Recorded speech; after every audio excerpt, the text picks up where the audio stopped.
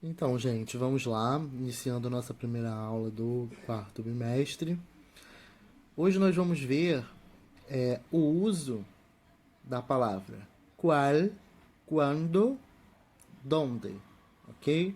Nós vamos ver como utilizar essas três palavras em espanhol, tá?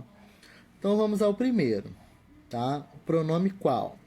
O pronome qual ele se utiliza como um pronome relativo, tá? Assim como na língua portuguesa, qual é um pronome relativo. E tem as suas variações. El cual, los cuales, la cual, las cuales. Assim como nós temos no português também, tá? Exemplo. Ontem estive com meu primo, o qual é professor de matemática. Então, lembrando sempre que o princípio básico do pronome relativo é o que? Retomar termos, certo? Se o pronome qual aqui está funcionando como um pronome relativo, o que a gente vai ver? A gente vai primeiro observar quem é o referente, tá? E esse referente que ele retoma é sempre o termo antecedente, tá? É sempre o termo que vem antes dele. Então vamos lá. Ontem estive com meu primo, o qual é professor de matemática. Quem é professor de matemática? Meu primo. Então, se eu estou retomando o termo que vem antes, esse el qual aqui, ele é chamado de pronome relativo, ok? Só que o pronome, a palavra qual, ela não é apenas pronome relativo. Ele também pode ser um pronome interrogativo, ok? E quando for pronome interrogativo, a gente terá uma frase interrogativa ou que exclamativa quando ele for um pronome exclamativo, ok? Se for um dos dois casos, interrogativo ou exclamativo, ele receberá la tilde, que é o acento agudo, ok? O acento agudo em espanhol se chama la tilde. Então, aqui o exemplo a gente vai ter o que é? Qual, novamente, e ele vai fazer essa pergunta. Qual es tu edad? Ou seja, qual é a sua idade? Então, ele recebe o acento justamente para diferenciar do que? De um pronome relativo, ok? Toda vez que ele for um pronome interrogativo ou exclamativo, né, quando ele aparecer em frases interrogativas ou exclamativas, ele receberá la tilde, que é o acento agudo, tá? Então vamos lá. Palavra quando. Com valor de futuro, terá valor de conjunção. Então vamos lá. Quando chegares, por favor, chama-me. Ou seja, aqui eu tenho a palavra quando conjugando o verbo chegar, tá? E essa oração aqui, em português, a gente tem como oração subordinada adverbial condicional, tá? Por ser uma oração condicional, isso aqui é uma conjunção condicional também, ok? Ela expressa uma condição. Mesma coisa no exemplo de baixo. Quando não compreender, me diga que te explico. Ou seja, quando você não compreender. Ou seja, quando? É um tempo no futuro. Se é o tempo no futuro, eu tenho uma conjunção. Então, esse quando ele é classificado como uma conjunção, ok? Quando for mãe, serei muito feliz. Ó, quando for tempo futuro. Quando eu trabalho com tempo futuro, eu tenho uma conjunção, tá? 2. Com valor de passado, terá valor de conjunção. Quando mais pretérito indefinido, ou pretérito imperfeito, ou pretérito plusquamperfecto, que é o que a gente já viu, né?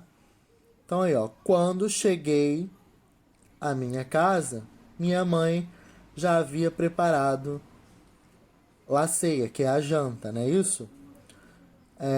Então, ó, quando cheguei. Cheguei é tempo passado, pretérito. Aqui nesse caso ele é um pretérito indefinido, tá?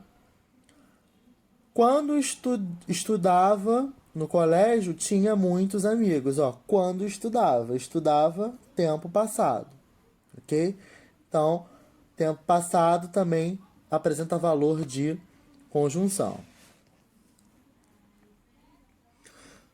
Com valor de presente, terá o valor de conjunção também. Só que a estrutura vai ser quando mais presente do indicativo, tá? E se refere a situações habituais, ou seja, é algo que você costuma fazer sempre. Exemplo: sempre quando saio com minha mãe, peço um helado, tá? E o que era o helado que a gente viu? É um picolé, não é isso? Em perguntas ou exclamações, tá? Levará tilde, que é o acento agudo que a gente viu aqui atrás agora, e terá valor de advérbio exclamativo. Então, somente em perguntas ou o quê? Exclamações, ok? Então, ó, quando estudias para o exame? Ou seja, quando você estudará para a prova? Então, frase interrogativa, quando com valor de conjunção leva acento, que é chamado em espanhol de tilde. Em português é acento agudo. A palavra donde agora, vamos lá. Tem função de pronome relativo ou conjunção. Se ele é um pronome relativo, ele retoma, certo? Se for conjunção, a gente vai ter que observar a estrutura da oração. Se for pronome relativo, pode ser substituído por el qual, la qual, que é uma das formas do próprio pronome relativo que a gente viu lá no início, tá? O pronome relativo qual. Então, ó, esta es la casa donde vive Maria, ou seja, essa é a casa onde vive Maria, ou seja, esta é a casa a qual vive Maria. Em espanhol é la qual, ok? Então, se eu consigo encaixar uma das formas variantes do pronome relativo, sem dúvida é pronome relativo, tá? Eu tenho que tentar sempre substituir, fazer a substituição, colocar outro pronome, tá? Da mesma natureza, é óbvio. Se for um advérbio interrogativo, será utilizado em orações interrogativas, tanto diretas como indiretas, e levará o acento, que é a tilde, ok? Então, um exemplo aí.